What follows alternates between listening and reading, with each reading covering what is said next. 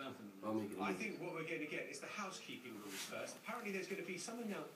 Oh no, I was told we might get some housekeeping tips about where the emergency exits were. I think we may be skipping that and going straight into the declaration. There you can see Boris Johnson, Ken Livingstone taking his place, Brian Paddick, the Liberal Democrat candidate, as we await the returning officer, John Bennett, to come and deliver his result. I make the official declaration of the results for the 3rd May 2012 election of the Mayor of London. I, John Bennett, as the Greater London Returning Officer, hereby declare the results as follows. I will first read the names of each candidate in the order they appeared on the ballot paper and the number of first preference votes they received. Siobhan Benita, Independent, 83,914.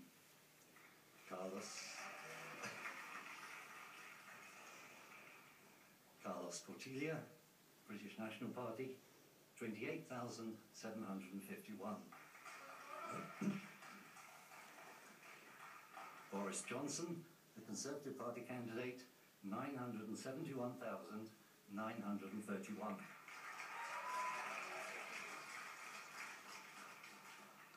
Jenny Jones, the Green Party, 98,913.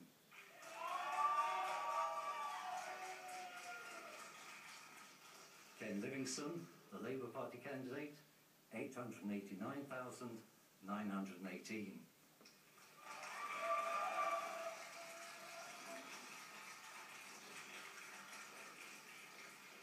Brian Paddick, London Liberal Democrats, 91,774.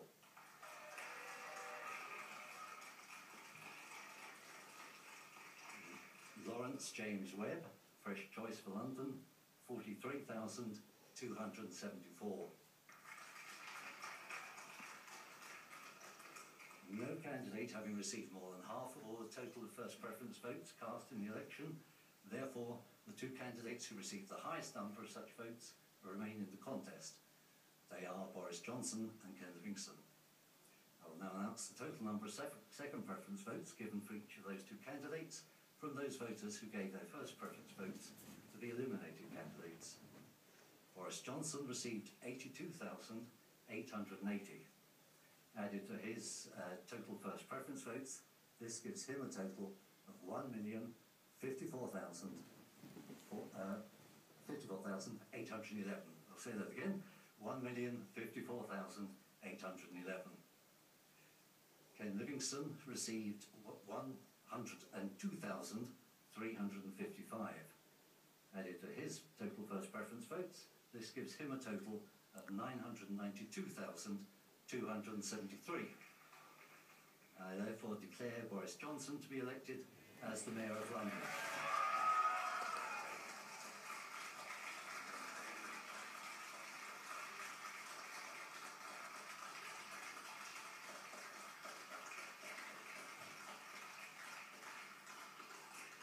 And I will now ask Mr. Boris Johnson, the Mayor of London, to give a short speech, followed by the other candidates in the order of votes they received. Thank you very much. Thank you very much, Mr. Returning Officer. Thank you to everybody who got the result eventually. I think next time we might do it by hand to speed things up.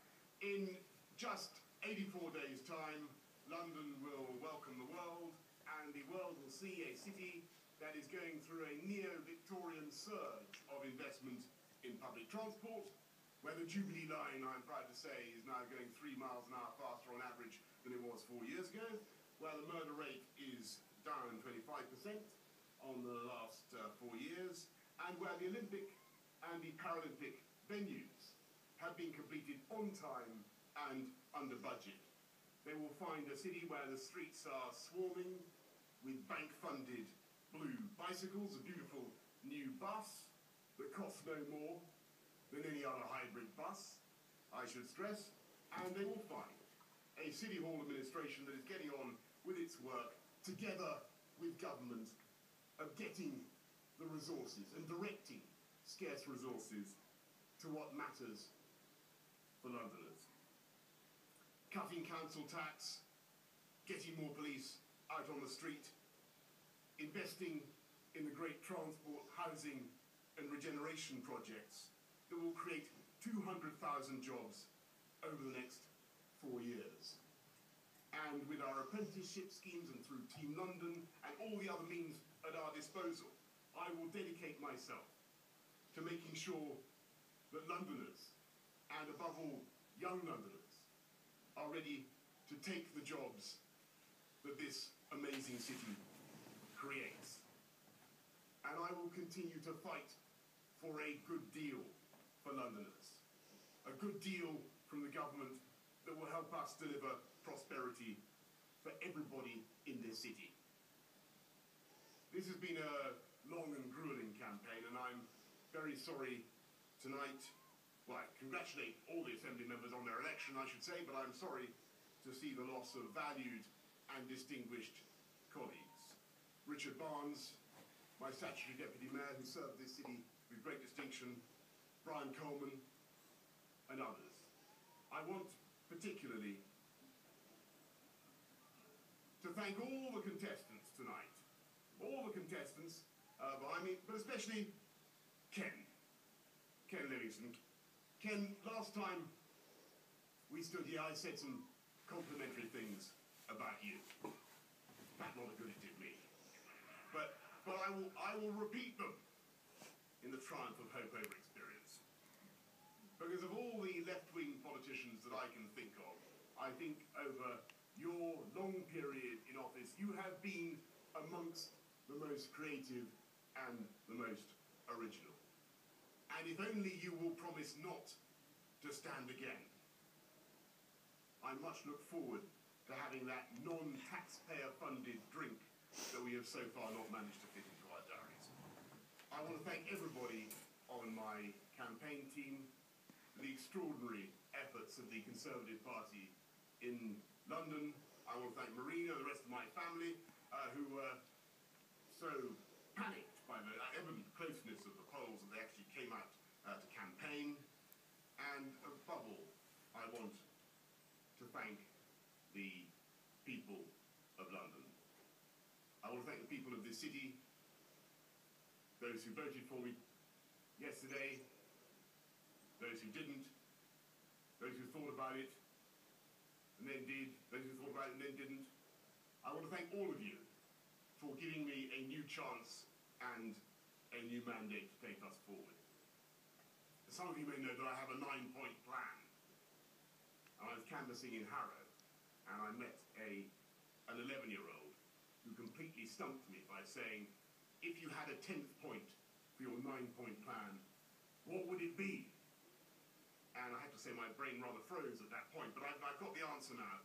The answer is to win on May the 3rd and then have a small celebration on May the 4th. And that is what I propose to do. Tomorrow we continue with our work, but tonight we will celebrate sensible, cost-effective, Conservative administration in London over the next 4 years with a non-taxpayer funded libation. Thank you very, very much, everybody, and may the 4th be with you. Thank you.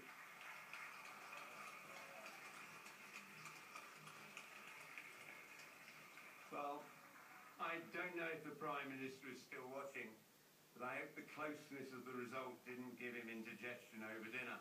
Because the real story tonight is that under Labour, under Ed Miliband, we have won in every part of the country.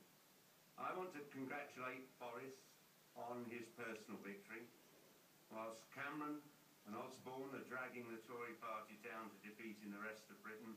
Not only have you won another term, but I suspect this result has settled the question of the next Tory leadership election. I also want to congratulate Jenny Jones in coming third, a huge breakthrough to the Green Party. And let me make clear that is not an attack on Brian Paddick. I don't think his fault that the Lib Dems have slipped back. I suspect that nice Mr. Clegg. I'd start as well by saying I want to thank every Londoner who came out and voted for me and the Labour Party yesterday after a pretty gruelling campaign. But I also want to apologise to all those people who worked so hard at this election, from Ed Miliband down to our youngest new Labour Party members. I'm truly sorry I couldn't pull this victory off. But I am incredibly proud of our team and the incredible hard work as we rebuilt the Labour Party across parts of London where it had died away, and we rebuilt it over these last 2 years.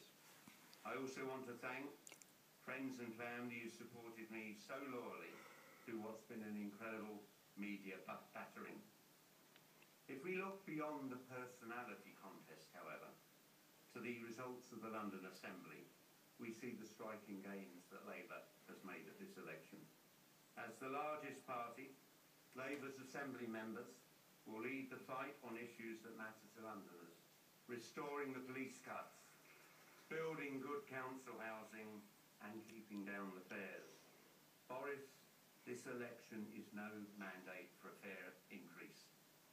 I support and will continue to support Labour Assembly members in those campaigns, but this is my last election. 41 years ago, almost to the day, I won my first election on a manifesto promising to build good council housing and introduce a free bus pass for pensioners.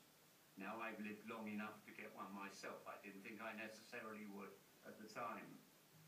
And since then, I've won 11 more elections and lost 3.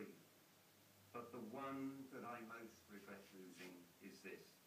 This is the defeat I most regret, because these are the worst times for 80 years, and Londoners needed a mayor to help them get through this very difficult period by cutting fares, by cutting energy prices, and putting people back to work, building good council homes. I am sincerely sorry for those Londoners who desperately wanted us to win, that I failed to do that. And I'll continue to bear, and they will continue to bear, the pain of this recession without any help from here in City Hall. Some papers depicted this election as a conflict between 2 men, when in reality it was about the lives of 8 million Londoners. And I think democracy is undermined when those who own newspapers fill them with trivia rather than real issues. And I wonder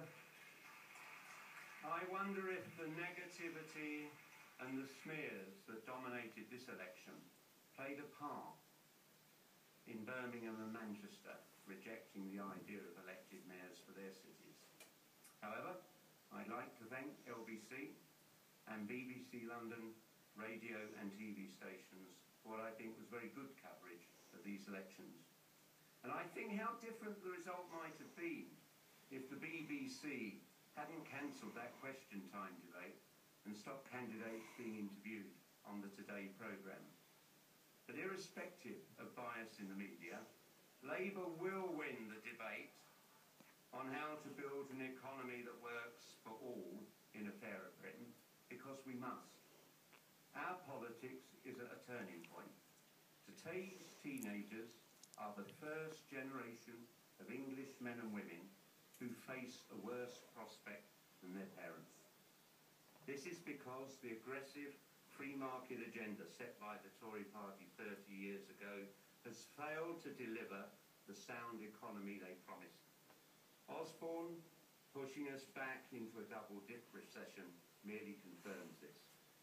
London is the most amazing city, but our children must be able to find jobs and homes in it, as they must in the rest of Britain. The gains that Labour has made today are a big stride towards achieving that under Ed Miliband.